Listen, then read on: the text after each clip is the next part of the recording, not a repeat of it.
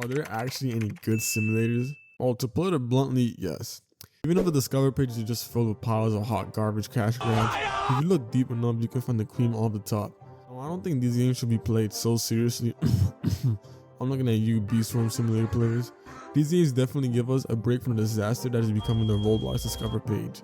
I'm gonna showcase a couple of games that you could play either by yourself or with friends.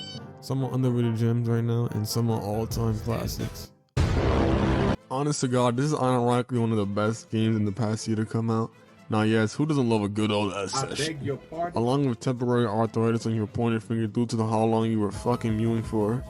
As well as having the most appreciative and best people as Omar the fucking ref, or the GOAT of all sports sitting right next to you, supporting you on your looks max journey.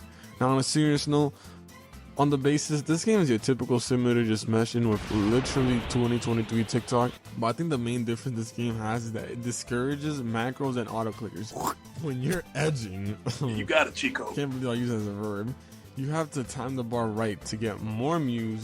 The more you do it, the more the multiplier goes up, therefore giving you more mews. It's a simple but genius concept to get the players to actually be on their keyboard and mouse while playing the game. Then we have the cream of the top. Gambling, I mean raids. Now there are multiple times where you have to have the luck of, that one friend that pulls everything in gacha games. What I mean by this is that there are genetics, traits, and set models that help you progress through the game faster by having their highest rarity, which is mythic. Then comes the gambling addiction of hoping you get 100 on genetic, a mythical model, and mythical traits. Now the rates of these are generally insane, but they help you progress so fast. It's like taking trend. The game passes aren't shoved down your throat, and some of them are earned by the free-to-play way.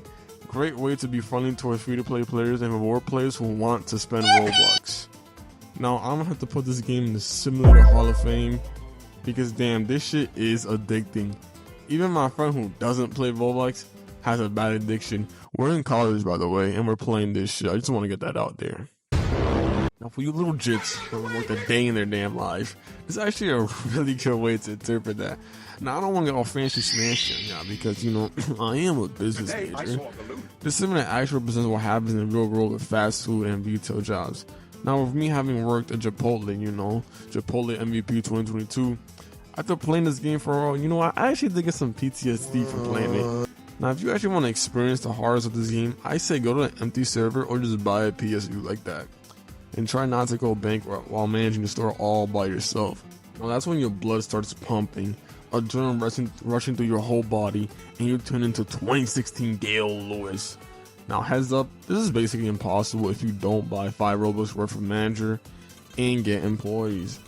I got one of my friends to help, and while I don't like ranking games based on how fun it is with friends, because all games are better with your homies. Yes, sir! The game is hilarious with friends as you just scream at them to do shit because they're fucking useless. And also the cyberbullying you go through with the customers and how they're literally shitting and puking all over the floor, and how you will have to survive 6 whole days just off Blox Cola. And also you're gonna you need an accounting degree because you need to figure out how to fuck all your expenses gone out the window and the electricity bill today. And I'm not even about to write on this. Is not even on script.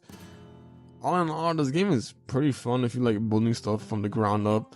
After like 6 or some days, there's 350 Roblox viewers came into my game, became manager, and basically became Jeff Bezos. Fuck you, Avery. I'm taking your store. Fuck you, so we go off the break up, taking this shit. Yeah, I'm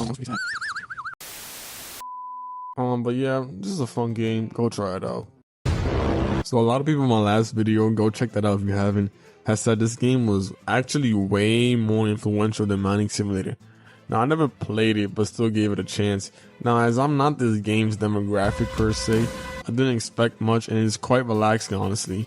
It's really the same concept as Mining Simulator, instead of... No, I'm just gonna put a house fault minding. You just shovel. Now, it's great vibes, to be honest. Unlike Mining Simulator, maybe it's because, the festive vibes keep jolling in me. Also, the in-game music is a certified bop, to say the least. Or just a satisfying nature of just shoveling snow. Apparently the game was way different back then. Had to watch very demoralizing content your friend. And But hey, the game like it had a lot more content back then. Now the game was ghosted like most classic Roblox games until the devs updated it around a year ago. I did a little more digging and found out there was a spring update this year and was very surprised that there was supposed to be an ice cave update coming soon sometime this month. Yeah, I can't freaking talk. This game seems to lock contact through some type of seasonal updates, which I really don't mind and is a good way to get players hyped up for upcoming updates. All in all, I see why a lot of people appreciate this game in my last video, and no lie, I might actually play the Ice Cave update if this video is published before it, which will be very surprising. Well, there's a lot to dive into here. First off, the game really does remind me of classic games pre-2018, and this is just a type of charm into it that I don't really see in a lot of games nowadays. Now, starting off, this is like your typical simulator of keep clicking Peter for money, make sure he doesn't die of hunger, and buy more upgrades to make more money, and of course, good old Family Guy.